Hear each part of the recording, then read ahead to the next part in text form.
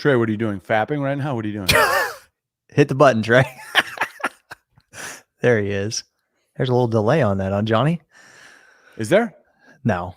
Okay. On maybe him hitting the button, it just felt ultra slow. Well, I think one of his hands was busy. We're about 3, 2, 1. What's up, everybody, and welcome to another episode of Business and Biceps. And you better wake your ass up, because on today's show, we're going to go back to Q&A. We've been getting some great questions. We had a lot of good feedback on the last episode, which I was really proud of too, Fosco. Good. But we like some kind of random questions, and we're going to tell some stories and offer some value like we always do here at Business and Biceps, Mr. Fosco. Listen, I'm ready. The Q&As are always fun, right? Because we don't know what rabbit hole we're going to go down. And, some of the questions are outrageously fucking stupid, and the other ones are really, really well thought out. So I'm looking forward to it. I try to sift through those ones, but they are kind of fun to leave in sometimes. Yeah. All right. We'll go ahead and get rolling. First off, we got at Ryan45 Smith. He says, what are the most important things to know before a business gets up and running? I feel like this is like very vague question. We kind of see a lot because people are really overthinking the process. But what comes to mind? If you're going to say one thing, the most important thing is there an actual market of paying customers? Is there an actual market for what you want to do, right? Whether it's a product or service, do you see people lining up, or do you see other businesses that do similar things where there is a customer base that is paying, and you can measure it in an analytical fashion, so you know the time and effort you're putting into launching whatever it is you're launching, that there's actually a paying customer base / marketplace for it. I would say if I had to pick one thing, it would be to verify that.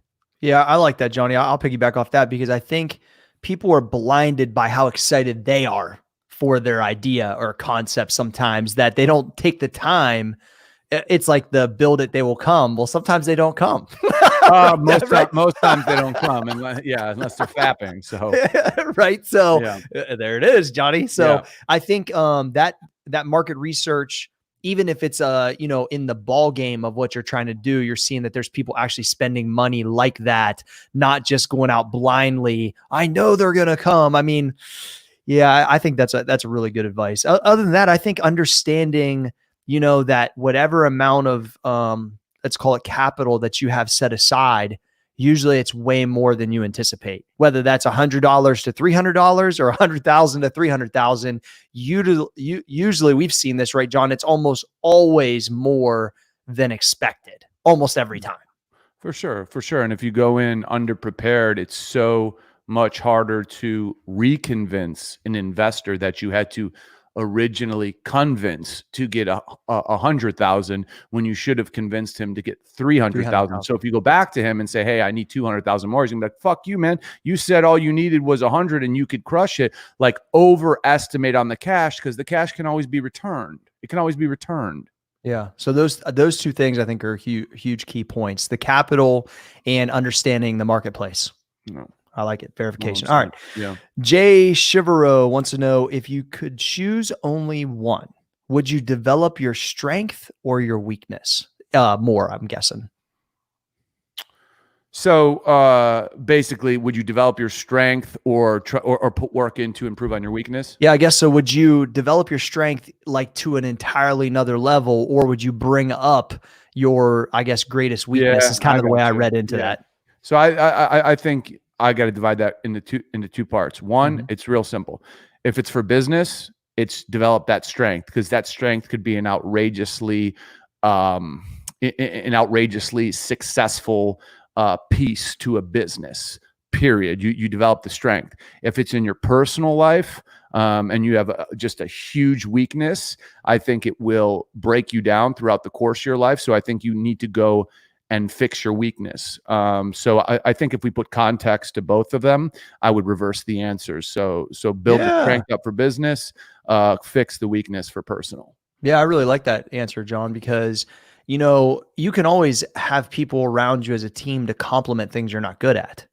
But you know what I'm saying? So I love that answer, because the things that you're already naturally good at, if you could escalate them to be in the 1% of it, then how could you not then build around you to complement to make something more successful? That makes a lot of sense. And then personally, I agree with that 100. Like, if you don't bring it up, it's going to literally plague every relationship, everything that you do, which will then set back your business probably eventually too. So that separator, that's a great answer. And now that I'm thinking about it real time, like, that's how you do it. That's how I do it, because there's certain weaknesses of mine. Like, I couldn't even add the fucking thing up the other day. Like, it's just not natural for me. So why would I spend hours on certain parts when I know I'm only going to incrementally get that much better? But the stuff that feels real natural to me, that I feel like I have talent in, that I enjoy doing, and if I could make it even better and more practice, it might allow me to escalate whatever I'm saying or doing to an entirely different level. That just makes sense to me. You know what I'm saying? Like, a lot of people say that you have to work on your weaknesses, and I think you can make them better, but I think, are they capped at a certain level if they're just like, if you're deficient in certain things naturally? I don't know. Right. I mean, the easiest way I think to put it in perspective, because sports is the easiest. It's like asking a 16-year-old LeBron James, are you going to continue to work on your basketball game, which is his strength, or are you going to work on the issue of you being incredibly egotistical and selfish? And I think, obviously, for his business and his career, it's got to be basketball, but for his personal life, it has to be the selfish issue, because that would ruin his family. Yeah. No. Well said. All right. So next question this is a training question. I'm just throwing in here because I want to hear your perspective. Sure. It's from Shane M. White. Do you consider bodybuilding, powerlifting, or Olympic lifting, I guess that would be for weightlifting, better than CrossFit? Like, do you think that essentially traditional lifting is better than CrossFit? Me and John have never talked about anything like this before. So when you say better, it's almost like it's superior. It's all to me, the way I interpret it is, that's like saying, do you think, tech is better than banking? Or, at the end of the day, it's like, what are you looking to do? If you're looking to develop a body that looks like amazing, you probably want to go into bodybuilding, because that's what it does. If you want to develop, a very, very functional strength, you probably want to go into powerlifting. And then, at the same time, CrossFit's insane. CrossFit's like putting it all into a fucking hat, shaking it up and pulling something out. I think CrossFit, you have to have some form, unless you're just doing it recreationally to go at your own pace, But if you're competitive in CrossFit, you have to have some form of athleticism. You know what I'm saying? So I don't think you need to have some form of athleticism to be a bodybuilder. I do not believe, I don't believe that. Or powerlifting. You do not need to be an athlete. But CrossFit, I think you have to have some form of athleticism. So I don't think any one of them is better. I think if you're going to look at people's bodies and say, who has the best bodies? Once again, are you a person who likes to be big and strong? Well, if you want to look big and strong, you probably want to bodybuild. If you want to look ripped and have like a nice physique, you probably want to do CrossFit. If you don't give a fuck, if you want to be big, burly, and just strong, you probably want to powerlift. Yep. And I think that's what's interesting about kind of the space, is people are always trying to go this versus that. It really comes down to the person, what they want, what they enjoy. So here, I always looked probably more like a CrossFitter than I did some of these other things, but I went and tried it, and I really just didn't love it.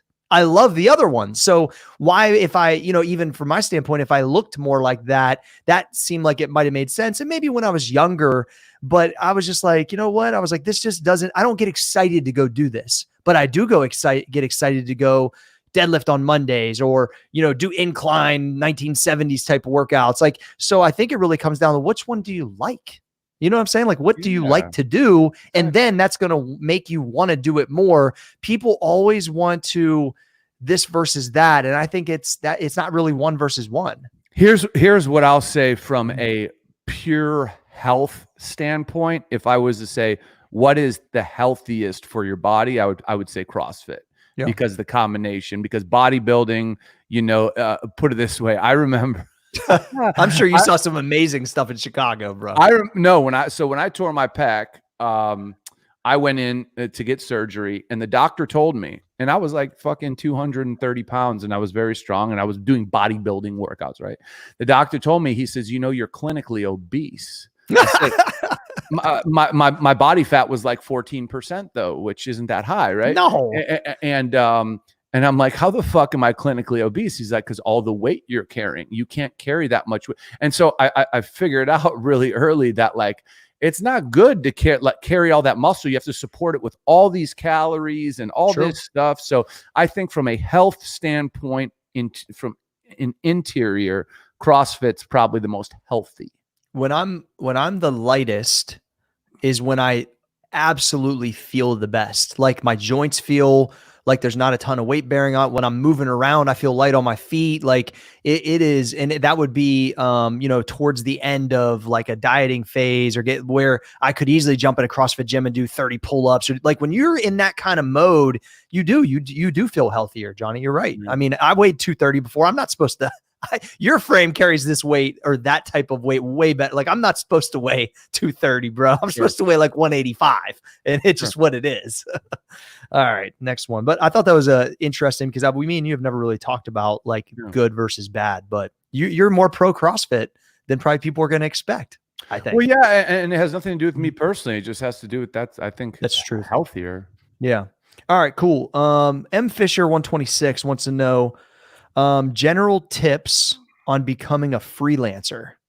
So like as whatever his skill is, what would be like his tips on doing freelance?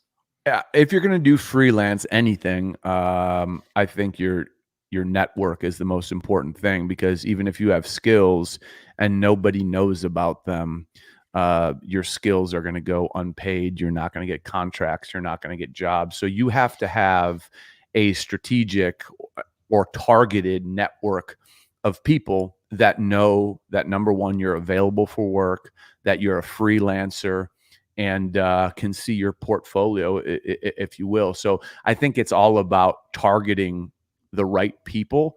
But I've seen a lot of skilled dudes, especially, when I hear that, I think of graphic design. Tons. A lot of skilled graphic designers who literally, they can't get paid $10 an hour because they don't have a network of people that know, number one, how skilled they are, aka can see their portfolio online, and two, they don't try to get the word out. So I would look into whatever this person is. I would look into, there's websites, there's big community-based websites for that stuff, but you got to push. You got to push, to get your name out there, and so people can see your work. Well, and think about the word freelancer. You're going to have to do some shit for free to show what you got, because no one knows who the fuck you are. I mean, if I think about like me giving away free workouts for like 5 years to prove myself that I knew what the fuck I was doing, could make a difference before anybody would ever pay me for one. You know what I'm saying? Like, and I know I'm not saying it's at that degree, because I had other businesses complementing that, but like you might have a targeted network that you want to work within and see spots where you're like, oh shit, I can make that logo a little bit better and throw some more color on it, this and that, and boom, just hit it, send it to the top person you can get a hold of. Like showcase and that's part of John's saying about, it's like a lot of these guys in that type of area, they're not really out there looking and grabbing and grinding for the work. Essentially, they're kind of waiting for it to come to them because they're so sweet. And that really doesn't necessarily work that way. You have to showcase what your skill is, because unless I see it, how am I ever going to know? I'm not going to go find you, because I can't find you. You're not on anything. Yeah. I mean, right? Showcase it on social media. You go. Figure out the hashtags. Look for companies that are looking for work. But ultimately, if you have a body of work, the worst thing you could do is not display it digitally, right? Because then you are nobody. But you actually could be somebody who's done some projects for serious people or serious companies, but you're not showcasing. You got to showcase that stuff. Johnny, I think this would be a good question for you because you don't post a lot on social media. Right. But if you were, let's say, a graphic designer, or you were making posters like the ones you collect, would you post them like every day to showcase your work? I think what I would do is I would let's say I'm making a print, right? Yeah. I think, and I follow some artists that do it and do it the right way. I believe in the wrong way. And the right way, like anything else, it's almost like building hype. It's almost like, okay, here's this blank canvas and here's all my ink. Okay, and 4 days later, here's a sketch, and I blur it out.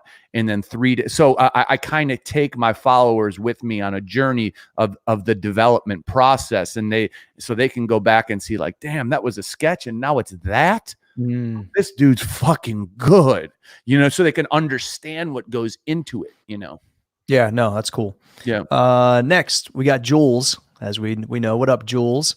AKA the spiked baseball bat. We got, she goes, managing the overwhelming feeling when taking on a huge new job and not second guessing it.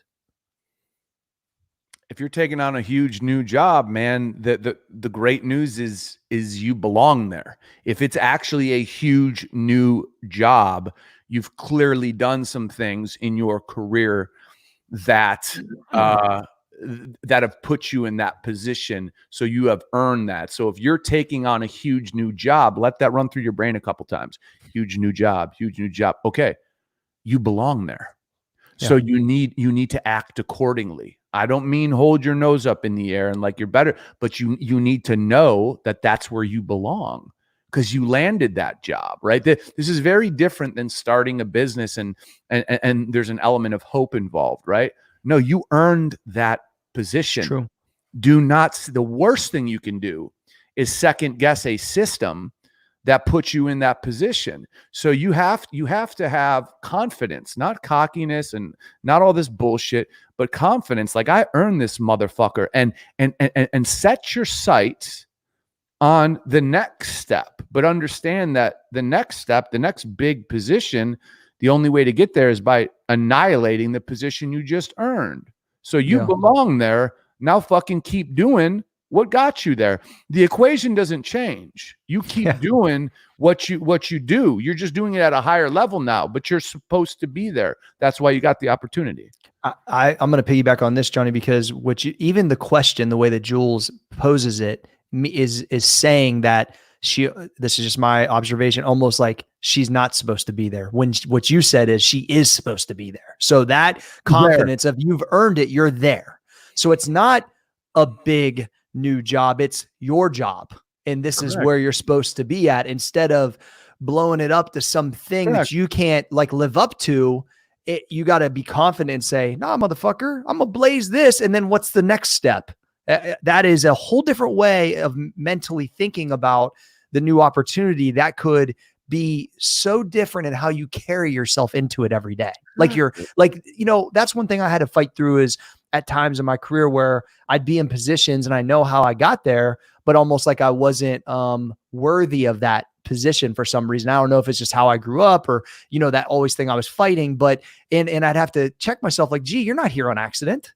You're here because you earned this. No one gave this to you. So like, you got to fucking look at what you're doing, kill that. And what's the next step of it? Don't feel like you're less than, because especially in a system, you're definitely not. That's how you fucking got there. Yeah, it's like we all know, right, that situation we've been in, where we've been from a professional standpoint, or most of us at least, where you go in a room with someone who just ain't fucking around and they're serious, right? Like and that's the person that typically holds a very, very high position, a prestigious job, and you know how they behave. Yep. They behave. They're not assholes. They're just about their business. Become that, because if you want to get there, if you want to climb the ranks, that's just someone who is trying to take their time, use it efficiently. That's why they speak directly. That's why they get answers. That's why they don't want to hear fucking bullshit. And that's why they move on. Like, understand why very high operators, why they operate the way they do. And then try to learn from that if you want to be there. because they're not assholes. They're just about their business. It's just direct. There's a big difference. Yeah, the directness always catch people off guard, bro. It's so funny. Because they personalize, they feel it personal, because it's in a human setting. If you're out at dinner or something, someone from the next table is going to be like, no, I need that answer. What is it? No, what is it? They're not going to do that to you. Yeah. So when someone does that to you, it's as simple as, I'm glad you asked me that. Here's what it is. Here's why it is. Do you have any other questions? Oh, you don't? That's what I thought. Bang, right back at you. But it's like, okay, we're on the same level. Well, the answer is either I'm about my business, I know that answer, or you know what? I'm going to go find that answer. It's okay to have either of those answers as long as you're accountable, right, John? In my opinion. Yeah, no. I mean, because if John asks me like a fucking direct answer about something and I don't know it, I'm going to go figure it out. And as his partner, I'm going to bring it back to him. Maybe I don't know it. I'm not going to act like I know it. I want to make sure it's fucking right. 100%. Yeah. So good. All right. Next, Martin B. And this is going to be a lot of people's fucking problems. Explain how to bounce back from student loans, because I think, John, we've got a lot of people that are now outside of college, outside of the partying, have used their degree for something, don't even use their degree. They're in debt 200 or 100 grand. And now they have that like remorse, like, what the fuck did I do? And I think that's where this type of question comes from, in my opinion. Yeah. I mean, how to get out. These are all things you're not going to want to hear. I mean, if you're asked, it's all things you're not going to want to hear.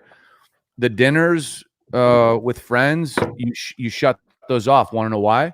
Because you can't afford them. You just told me you can't afford them because you're getting crushed by debt. The job you have that pays you $32,000, you know what you need to do? You need to get another job. You need to work on weekends because you just told me you're getting crushed by debt. The car you have that's $348 a month, you got to get rid of it. You need to buy a fucking beater. You need to put $2,000 into something that gets you to from point A to point B if you even need a car. You need to take on another roommate if you already have a roommate. This, guys, there isn't a magical answer like kick ass, bro. You're gonna fucking kill it, dog. Like, no, you need to tighten up, and you need to understand that you made the choice to borrow that money. You made the choice. So here it is. Here's your result. And whatever that is, that is. But it's not going to go away. It's not going to go. Don't wait for a family member to die and hope they have some money so you can pay it off. You need to tighten your belt. And just going through those humbling, really, processes, you will learn how to manage money, because there will be a time where you have money. And then that time where you're like, damn, I tightened my belt. I brought on roommates. I got rid of this. I got rid of that. You'll know how to save money. And when you know how to save money, you have money to invest, and then you can create some wealth. But these habits, you can't just sit there. What do I do? Bro, you got to tighten the belt on everything. You think I'm a fucking extreme? Go return your second PS4 controller and get $30 for it. True that. I mean, that's it. Like, I'm sorry. Well, hey, John, here's a great time in the real time for people to look at their bank account because they're spending way less money. That's just a fact. And to know how much is really there, because they're not buying gum at the grocery store. They're not out drinking with friends. They're just literally not doing any of this stuff because of the situation we're in. And they're going to see, holy shit, I got an extra $300. And what happens if I get a beater car? And what happens if I take on a roommate? Could I apply $700 a month to this loan? And that living below your means at that point, see, a lot of people think they're entitled because they got out of college and now they should have a fucking 3-class Beamer or whatever the fuck it is and that kind of stuff. That's not how it works. Actually, in my opinion, you should probably go at all costs to get that debt paid off, because it's not an asset at all, or even going to become an asset. Like, we could go back and forth on homes like we have before. Eventually it becomes an asset. Do you pay it off, or are you financially smart enough to, with the money, to make more money, like John's talked about before? And that's I think a personal thing. But in this thing ain't producing no cash, or it's not going to be anything at the end. You've already got it. The and now chain you that's owe attached to your penis. It's like a chain that's attached to your penis. It's very heavy. And you owe 100 G on it or more for some cases. So I guess my reverse question to you is that, do you believe it's all costs on a debt like that to pay it off as fast as possible prior to taking on other liabilities, Johnny? No, man. Or do you think it's like, hey, this thing might be interest rate. It's all about the interest rate. Listen, if you never want to pay something late. You never want to default, because we all need to build credit the right way.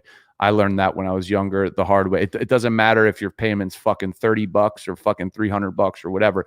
You have to make the payments. But in terms of being in a hurry to pay it off, if the interest rate is, I don't know, 4%, I don't know how much of a hurry you need to be to pay it off. If you have money to put in other places that is going to yield a higher return. So it's all about the percentages, really, when in my mind. Yeah, that's what I was trying to figure out. Like, what's a good strategy to tell a young person like this that they understand, basic investing. They're trying to start that process, but they have this looming debt that isn't at a crazy high percentage, but might take them 7 years to pay off, or way more, or longer. Actually, some of them might be longer. More. So what would be your personal strategy then, John, if you were in that situation? Because I think people hearing like, what would John do if he was like this? Just to give them a good idea. I'll compare it to just kind of like because I don't carry much debt outside of, let's say, property. I've chosen to. I have a very, very small mortgage on the first house I bought that left, and I've chosen not to pay it off. So that's that carries a interest rate, just like a college loan, and I've chosen not to because I believe that my money can earn me more than the 3 point whatever percent I'm paying over there. So I would pay minimums as long as there's not penalties, if you can take your money and put it into places that could give you a bigger yield. But if you're just like, man, I want to understand, man, I just want to pay it off as fast as possible. That's an emotional thought.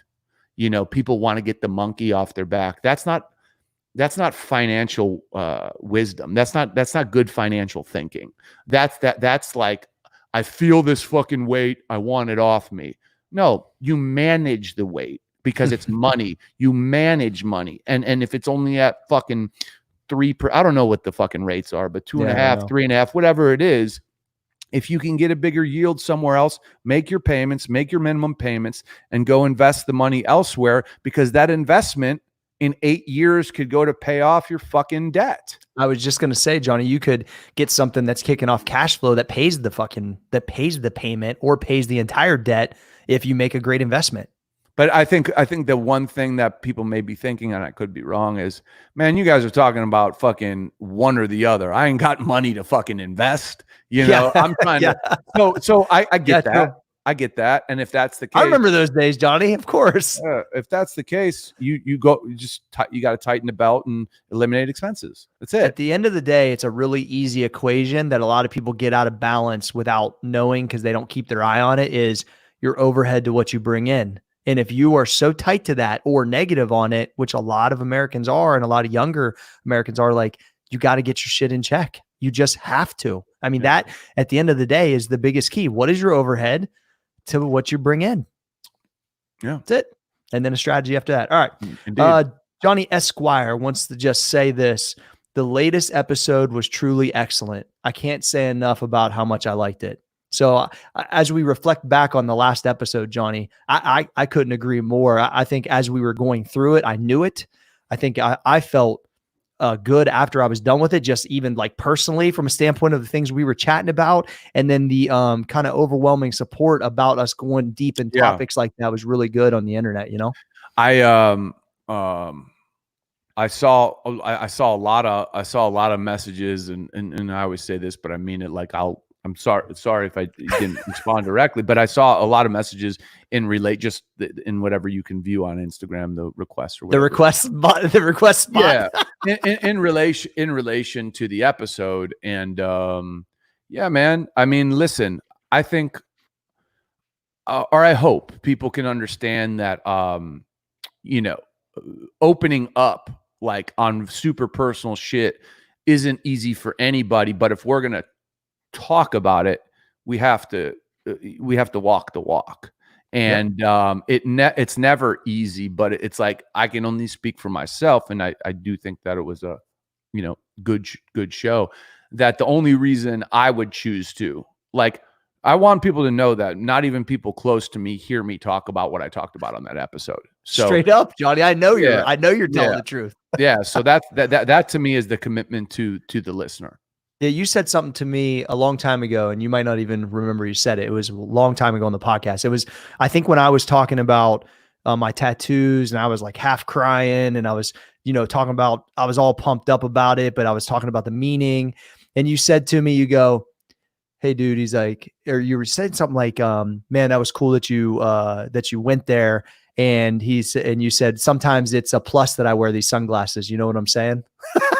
Like you said to me, like, meaning like, "Gee, I respect that you went there." Yeah. And I go there sometimes. You just can't see it all the way because I'm wearing my sunglasses because that's what you do sometimes. Yeah. And that meant a lot to me because that was you and your, tough guy way too, to say like, "Yo, bro, like I see what was going on today." And I get there sometimes. You might just not always see it. Correct.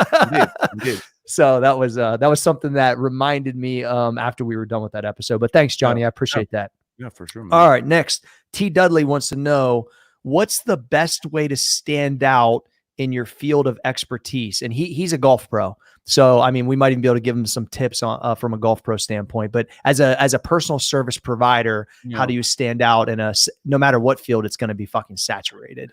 I mean, I guess I'll speak to him if he's a golf pro, right? Yep. So here's what I'm going to say to a golf pro, right? It's like, as someone who's gotten golf lessons before, anybody who goes to a golf pro is going to be enamored with their skill, whether they shoot, whether their handicap is 8 or their handicap is, they're a scratch golfer or, 1, whatever. We're going to be enamored. So what's going to make you stand out is a level, just like the gym, just like business, a level of comfort that you provide to people who feel inadequate about their golf game or uncomfortable, and a level of common ground. Like, "Hey, man, dude, I had that same issue with my swing. I completely understand. Let me show you what I did." And then you just have to, like, man, you just have to be cool. You just have to be relatable. You just have to be humble. And of course you're good at golf. All the golf pros are good at golf. We know that. That's not what you need to be focused on. You already got that covered. It's the human connection that I believe is missing in all businesses right now. And the stronger we can connect with each other, I think the more successful everyone's going to be. I think there's a lot of people, especially service providers, who are not that good at the service they provide, but they're so good at lifting people up that they destroy the ones who are technical savages, who know the shit so much better. And it's because human beings, the first thing and the most important thing we can feel is another connection with another person. So I think just creating comfort is going to set you apart, because a lot of guys, "Oh, I'm the golf pro. I'm the shit. I'm the shit." Fuck, no, you ain't shit, motherfucker. You can hit a fucking, birdie. Big deal. Big fucking deal. Be a humble, cool fucking person, man. I think the relatability, because like, if I think about this, like being obviously a personal trainer for all these years, it's like the first thing people would say on the first day would be like, "Oh, well, I used to be strong," or, "I never used to have this much weight." They always felt inadequate to you as the person who does it for a living, just like a golf pro. It's really no different, right?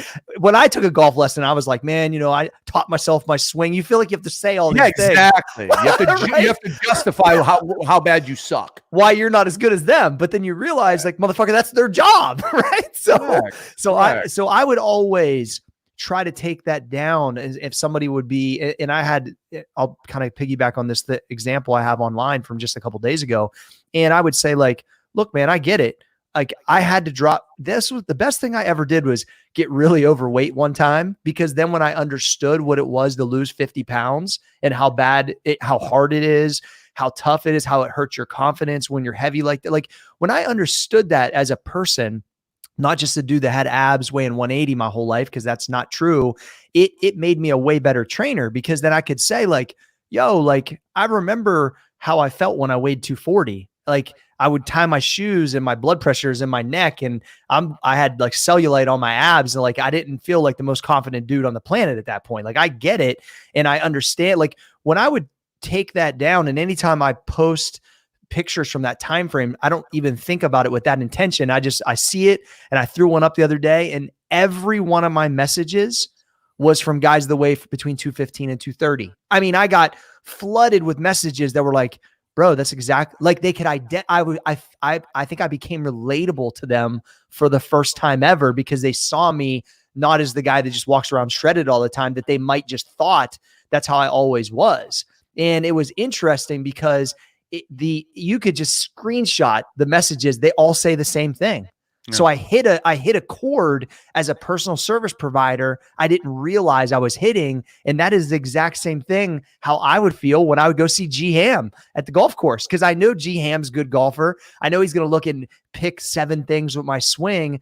But there's 2 things. When you take that down and you're more relatable, then when you separate yourself with the over delivery of the service, meaning like this. So if G Ham, like for instance, from a golf pro, that's who I went and saw, is a guy named Jerry Hammond, who was actually put out by the PGA Tour of America on a commercial. He's like one of the best junior teachers on the planet. He's a great dude.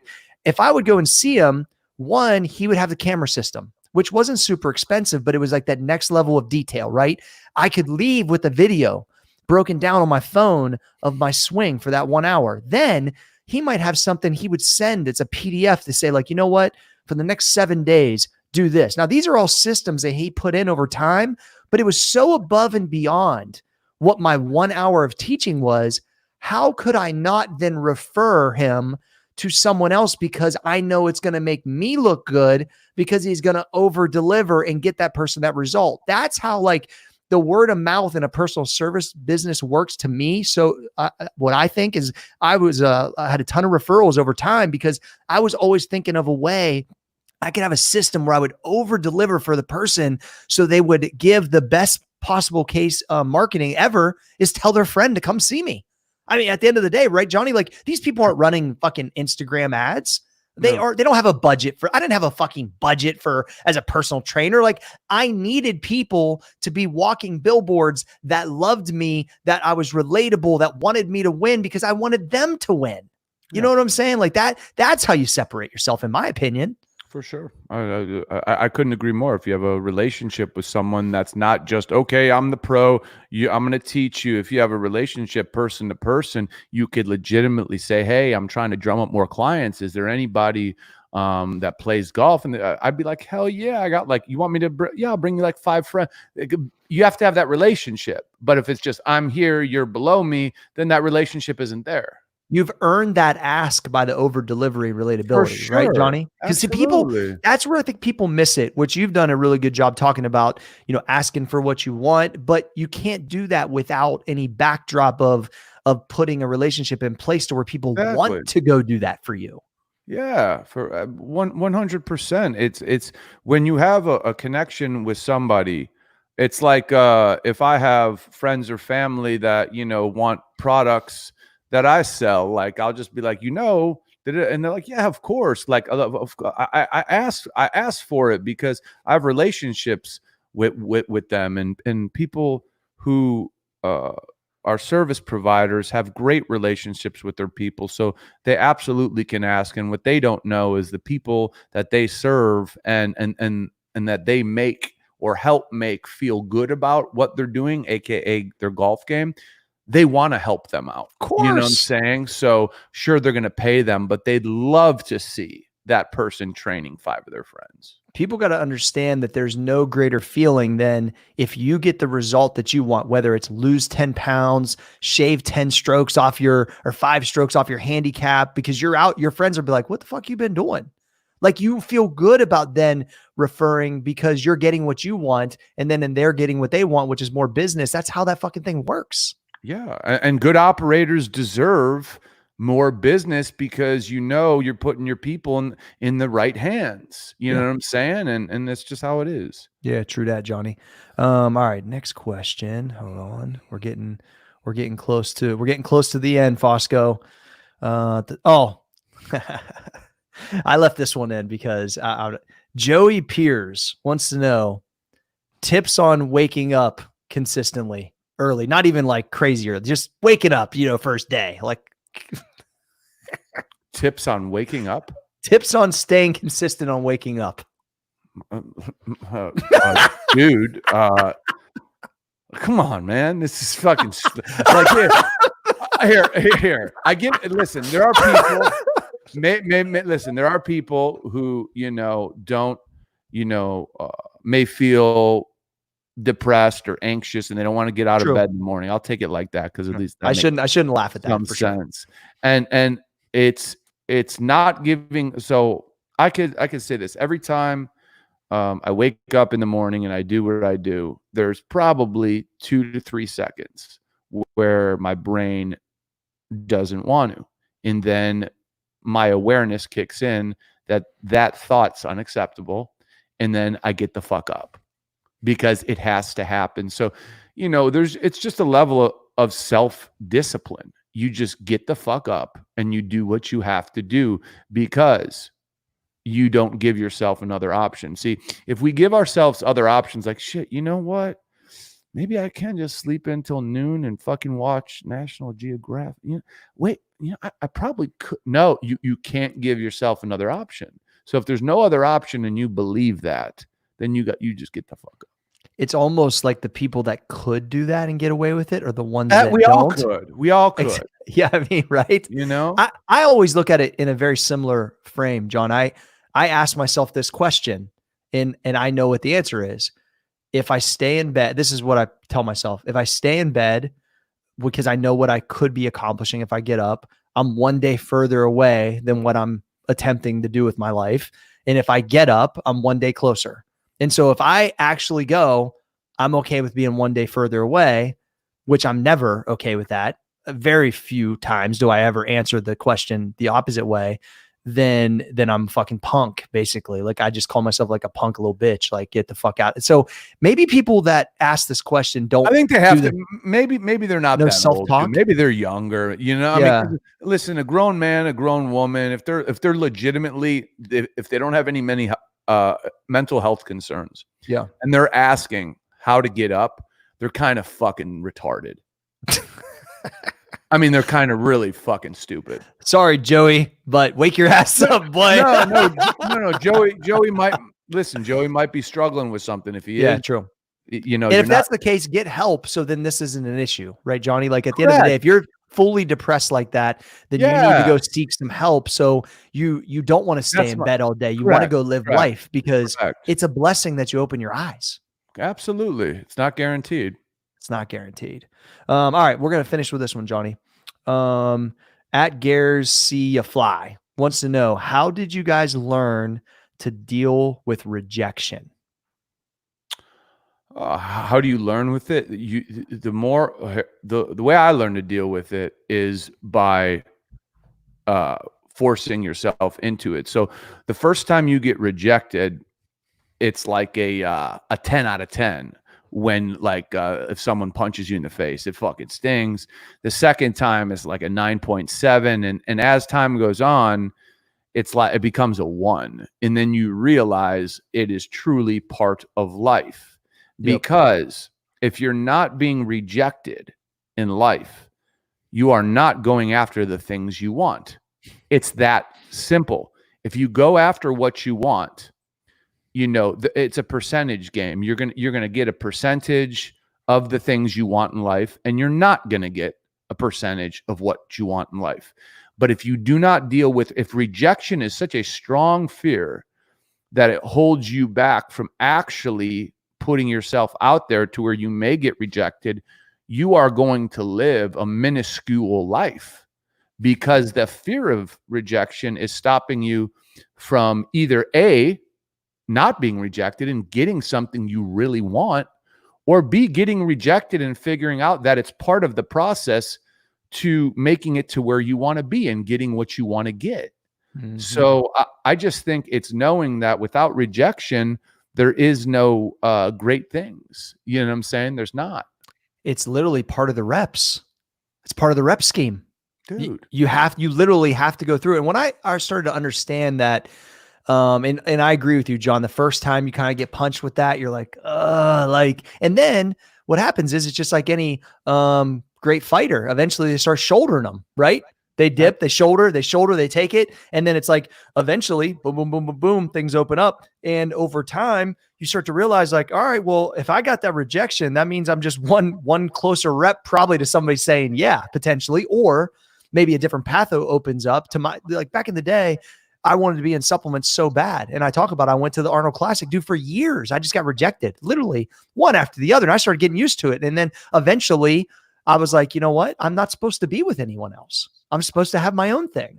And I can't tell you, John, if I was, if I got what I thought I wanted early in my career, meaning if I was the lead dude at Muscle Tech or, whatever. And I don't know that I ever would have started Muscle Farm. Nobody gets what they want. You know what I mean? Like, yeah, I know what you're saying. It's like one of those things. Like if I got what I thought I wanted or thought it was going to be like, none of this stuff would ever happen to me. I wasn't meant for that. But those rejections and that fire that kept on pushing me, like that was part of what my path was supposed to be. So if I don't go through that, and that's why, like when things, when we've run into some big situations we've been in, and some of them didn't work out the way that we wanted them to, but it's like you just kind of you just keep moving. You keep it moving. Hey, what's the thing in sales? All right, next, dude. Right, Johnny. Every no, you're one step closer to a yes. Yeah. It's just like picking up chicks. Honestly, that's I use that example. Please, you're exactly right. Please. So everybody can understand it. It's like it's a numbers game, and when you see a female that you're interested in, or for you ladies, a male, but it's a little bit different, the dynamic, and you just don't do anything about it. There is, sure, it might be short term, but there's a level of regret. Like if you go and respectfully try to, do your thing, dude, I'm telling you, there's a 50% chance you're going to get what you want out of it, whether it's a date or whatever, but you're never going to get anything if you don't do anything. And if she says, you know what, I'm good, I have a boyfriend. Okay. Now, no harm, no foul. It's about how you do things. So at the end of the day, like there are some people we all know who literally can pull chicks all day and all night long. And it's simply because they never stop taking the shot. Yeah, that's ever. True, It's not because they look the best. Seriously, it's all confidence. Numbers. They know it. Yeah, no, they don't fear rejection because they know the exception is going to be great or is going to be what they want. So they never. So we all know that person, and it's like they're magic. No, they're not magic. They're not afraid. Yeah. And honestly, I think females feel that non-afraid confidence and they're attracted to it. Don't you think, Johnny? 1,000,000%. Females are not like men. They're not as physical. We see something very physical. They of course see physical, of course, but they get, I believe, more interested when they can feel real emotion or confidence. No question. Where we're more like dogs. That's a fact. Yeah. Hey, listen, if I was asking 30 dimes out and I knew I at least got 1 to 3, I'm in, dude. Right. The question is, are you willing to take the 27 to 29 no's? Yes. And if the answer is an easy yes, then dude, you're diamond. You might have 3 dimes. And who's mad about 3 dimes, Johnny? Listen, if I could tell. If I could tell a story right now, I would, because I have a very good one, but I'm not going to do it. So, but I think that people, we're making that kind of in a joking fashion, but really, if you apply that to the same thing from a standpoint of what you want for your job, what you want for your business, what the spots you want to be in, it's literally like, look, we would go and meet with, back in the day when I was trying to get, into big retailers, dude, all of them told me no at first, but eventually one was going to say, yeah. And then the second one was, you got to have sometimes in that process to get one to fall is the hardest. Of but course. Then as you know, just like you, Johnny, back in the day in the marketing, once you had one big boy, it was like, boom, John's got 5 big boys he's leveraging the money with. Let's take that back to women. Here's the most fascinating thing about women, at least. This is going to get good. You're smiling. I can see it on camera. No, it's fascinating, and I'm not trying to disrespect women at all. But what's fascinating is you could be a dude, and you could be out somewhere, and they could check you out, whatever, and the vibe could be okay. But if you're in the same exact place, and you walk in with a chick, all those other women that like had the okay vibe when you were by yourself, if you're with another woman, they all want you so bad because you're with another woman. Now, this is what's interesting about the psyche of a female. It's kind of exactly what you just said. Once you have, like in marketing, a big corporate client under your belt, the other corporate clients start looking at you. Think it's okay. Exactly. Well, women are the same way. You're like, man, if that dime over there is with this dude, what's he got? What's he packing? Oh yeah, dude. Yeah. I remember back in the day, I had an epic female friend, and basically she knew the deal, and she would act like she was. Yeah, dude. That's amazing. Trey, you believe this guy?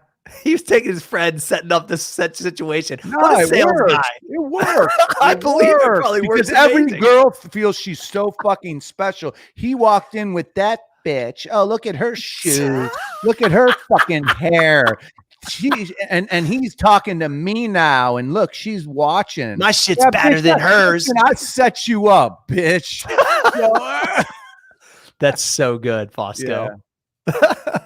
So that's all our questions. Anything you want to wrap up with today? I really enjoyed that last question to where it went, though. That was pretty fucking funny, but very, very true. And you've said that exact situation since I've met you. Man, since we became friends through business. It's all universal. You were like, dude, this is the same thing. That's why I've never had a trouble getting women. It's just the fucking truth. It's just universal. And it's like, oh, you're not into me? Next, you know what I'm saying? And then, but anyways, what else? I was thinking just some very surface stuff during, this time. Mm-hmm. What's a Corey Gregory recommendation? A lot of people are looking for, TV shows to binge on, movies to binge on during this uncertain time. Give some people some content. What's my go-to, Johnny? Dude. Or like maybe a show they haven't seen that's like, hey, check this out. You probably haven't watched it. Yeah. It's fucking sick. One I've been watching with my kids actually is Lost. Remember when that was popular in 2003. So most of the younger listeners don't remember it. I actually me and Rachel, when we were, together back then before we got married, we watched it together, but it'd been 17 years old. Like, I don't remember half of it. I never seen it, but I know it was popular. It was very popular. One of the first big budget miniseries that I think of the early 2000s. And I got to tell you, it's fucking amazing. And my kids love it. And some of the things are, I remember, but I really don't, it really has left my memory somehow. Okay. Even though I remember watch. So we're about halfway through Lost. I started watching Boardwalk Empire because people. Oh yeah, very familiar. And Steve Buscemi's amazing, right? And so I've tried to watch a lot of this stuff there. Yeah, I tried to watch that a few times, and I love the style and the time frame. We've talked about this before. Like, I love that kind of time frame era, and because of kind of me getting up the time that I do. I'm the guy that falls asleep early when we watch shows. It's just the way it is. So within this environment, I don't know, like I could start watching them maybe a little earlier for some reason, or my kids are home. I'm not getting them at practices. We have a little bit more time. So I've been watching those two. I, of course, watch the Tiger King because I had to check that train wreck out. That, by the way, dude, when I'm watching it and you hadn't seen it yet, I could not text you fast enough after like the third episode. I remember I was like, John, I was like, because I knew John he loves Legends and man. Joe Exotic, which is so. I wouldn't say I love him, but he's fucking, yeah, he's the lowest level of entertainment, but he is entertaining. But the fact that he is this famous right now, because he's literally like ultra famous, but because he's locked up for so long, it's ironic. He'll never really get to probably fully experience it, which is kind of fucked up, right? But I mean, that's how it is when you're like this and you abuse animals and do all these things. But it's ironic that this dude and perform a concert at your husband's funeral, and then a week later meet a 21-year-old in the chat room and get married to him. So I mean, so other than that though, Lost I think is something that people will enjoy. And I watched it like I said 15 years ago, but I've been liking it. What about you, Johnny? What have you been watching? So, you know, what have you been playing? I know you've been playing little video games still. Yeah, I haven't really been watching. Okay, I'm looking forward to. There's a great. I think it originated in the UK, but if you like the show Vikings, which anyone who has not seen the show fucking Vikings, you have to watch it. It doesn't matter if history made it. It's an amazing show with one of the best lead characters ever, Ragnar Lothbrok. You have to watch Vikings, but there's like a UK version. It's very similar to Vikings, but it's different. It's on Netflix. It's exclusive to Netflix. And on Sunday, a new season's dropping, season 4, meaning there's 3 seasons. If you haven't seen the show, it's called The Last Kingdom. And it's about kind of how, you know, the Norsemen, Norse meaning Scandinavian Vikings, worked with the English in, I don't know, the 1300s or some shit like that. It's called The Last Kingdom, but it's a really, really good show. And there's a new season coming out on Sunday. I'm looking forward to. And if people, I say this to everybody I know, if people have not seen season 1 of True Detective on HBO with Matthew McConaughey and Woody Harrelson, you have to fucking watch it. I like Woody Harrelson. 8 episodes. I believe it's Matthew McConaughey's best performance in anything. Really? I tell everybody this. True Detective season 1, HBO. It's maybe my favorite show ever. It's only 8 hours. It's only 8 episodes, man. Unbelievable. I'd like to drink with Matthew McConaughey, bro. That dude just looks like from the first role that he got famous on. He's just a cool motherfucker, bro. He just seems like a cool motherfucker. Yeah, seems like a down-to-earth guy who's just kind of chill. Yeah, he's done a good job of acting basically like himself, I believe. Well, you know what I'm saying? Like that's how he comes off. One I want to point out that I really liked was Ozarks. Have you watched that? So I have watched that, and I agree, it's good. But what gets me is it's a little too dark for me. It's really dark, actually. Surprisingly, I really liked it though, and I've watched every episode of it. So that was the one I was early on in this quarantine, and we're through it. But that one right there was very addicting to me. Like I really thought it was. I thought Jason Bateman, who I really haven't even thought about in so long, but he did a really, really good job on that piece. Oh, it's intense, and if you, I've spent some time at Lake of the Ozarks and in the Ozarks. Oh, really? Oh yeah, absolutely. Is it beautiful, John? It looks beautiful. It is beautiful, and there's and they really nail it when it comes to like depicting that area and kind of the vibe and all that stuff. It's a good show. I just can't get into it because it's really dark. But it is dark. Yeah, man. So that surprised you that I like it? It did. Yeah, because it's pretty dark. Yeah, it's kind of wild. I think I didn't realize it pulled me in before I was like able to like dip out because of that. I was almost already I was in too deep. I couldn't get out. Yeah. So, all right, cool. We'll wrap it up. John, good show. That was fun. I think we had a really great show before this. That was digging deep. And I think you need to go back to it if you haven't listened to it. I think this one offered a lot of quality value for a lot of the personal service industries and people that are, you know, going through some stuff. And we appreciate you guys here at Business and Biceps. I mean, give us a 5-star review, motherfucker. Yeah, exactly. Stop fucking fapping and fucking give us a 5-star review. Johnny Fosco. Oh, gee. Can the podcast be stopped?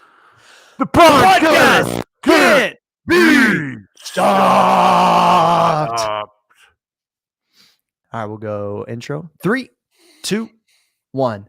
On this episode, we go through another Q&A, but we have some highly, highly valuable information for personal service, for getting out of debt, for all kinds of quality stuff that people can use, Johnny. Yeah, Q&A is fun, guys. I think Q&A is fun for the listener. I know it's fun for us because we're able to cover a lot of different topics, serious, not so serious, in one show. So they're shorter time periods, but I know we hit on a lot of good stuff. Learn how to pick up chicks the John Fosco way next. Hey, find yourself a good-looking girl that's a friend, okay? And then I'll give you the fucking playbook. Let's go to the show. All right, Trey, that's good.